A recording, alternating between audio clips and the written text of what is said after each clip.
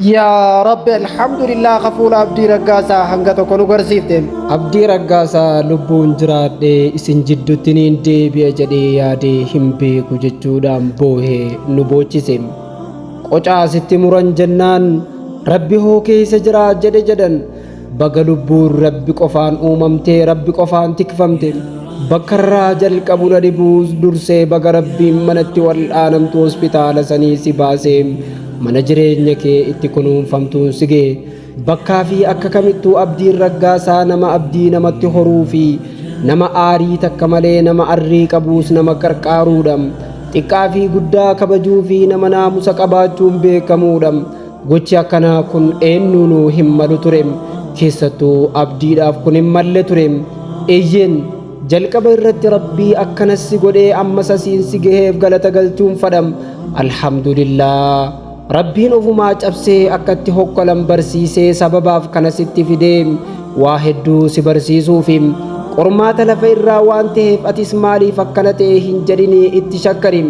rabbiin balaa dhuftu hundaaf dhuma dhibeeteetii tana haa godhu jennam dhukkubbiin cinaa qorumsa darbuu injifatuu fi milkii goonfachuu waan taateef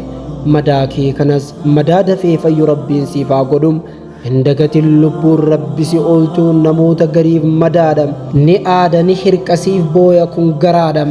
gariif ammoo dharaadham ni booya ilkee adii baaseem kun faallaadha yaraadhaas dharas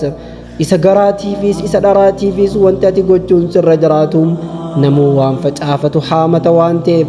laphee dhiifamaatiin simadhum ammas baga rabbiin lubbuu si keessatti tiksee mana keetti nagahaan si galche obboleessa koo birmata ammas obboleessi keenya daranuu akka fayyuuf waa lamatu nurraa eeggamam du'aa'iif deeggarsa maallaqa isa barbaachisa waan ta'eef ammas gargaarsi obboleessa keenyaaf gootan adda hin citiniin hawwii fi fedhii kiyyam madaan isaa akka miidhuus akka dhiiguus akka fayyuus kan godhu rabbi ta'uus kan sababa geessuu danda'u numa qofam lakkoofsa herreega isaa irratti kan abdii raggaasaa jedhu irratti obboleessa keenya akka gargaartan isiniin jennam dhumarratti obboleessa koo yaa jaal abdii raggaasaa madaan kee akkasi miidhuus akkasi dhiiguus waan hin feeneef agaati fayyaa kee ganamaa sanit deebitutti ummanni kee fi hiriyoonni kee haala kamuu keessatti waliin akka jirrum waadaa irra deebiinsiif haaromsine sagalee kee dagalee caalaa jabaatu sanii yaadem fayyii nuuf ka'im haalaa fi bakka jirtutti ka rabbii kee sanaaf jiraadhu